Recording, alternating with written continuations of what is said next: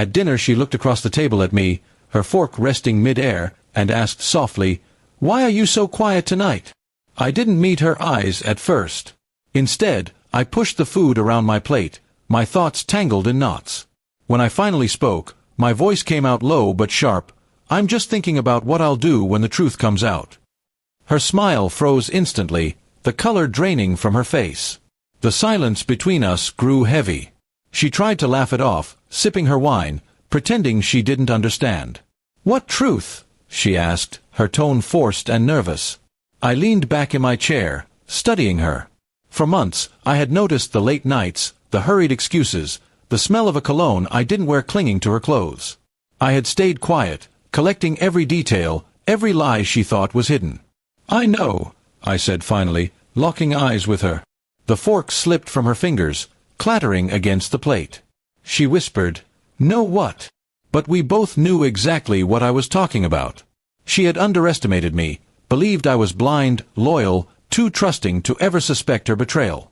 She reached across the table, her voice trembling as she said, "It's not what you think."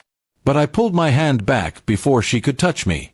I had spent weeks battling with myself, whether to confront her, whether to walk away silently, or whether to make her feel the same pain she had carved into me.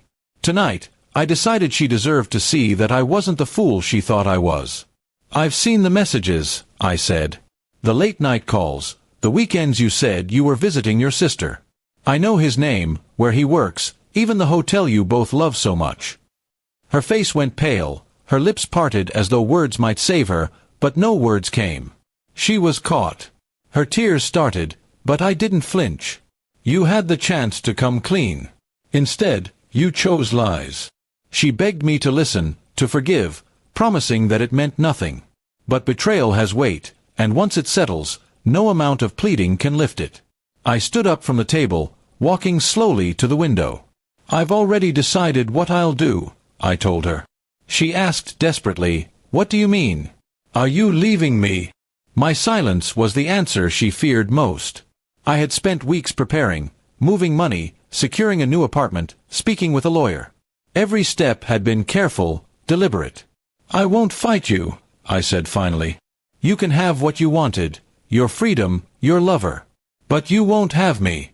Not anymore." She cried harder, saying it was a mistake, that she didn't want to lose me. But her actions had already chosen the path. I placed the keys on the table. "This house, this life, we built it together. But you were willing to throw it all away. Tomorrow, you'll see the papers. I'm done pretending." She reached for me, but I stepped back, watching the desperation in her eyes. Her betrayal had broken something in me that could never be repaired. But beneath the pain, there was also clarity.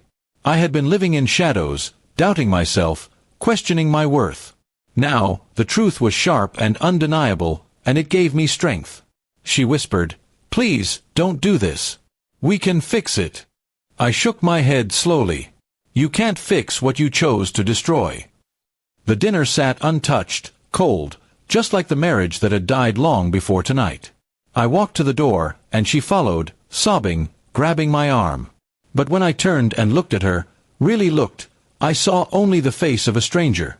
The woman I had loved no longer existed. She had buried herself under lies and secrets. Outside, the air felt cleaner, sharper, as though I had been holding my breath for months and finally exhaled. I knew the road ahead wouldn't be easy, but it would be mine, untangled from her deceit. In the end, I didn't shout, I didn't seek revenge. My silence, my calm decision to walk away, would haunt her more than anger ever could. She would sit at that dinner table long after I was gone, replaying my words, "I'm just thinking about what I'll do when," and now she knew. Because what I did was simple. I left, and I never looked back.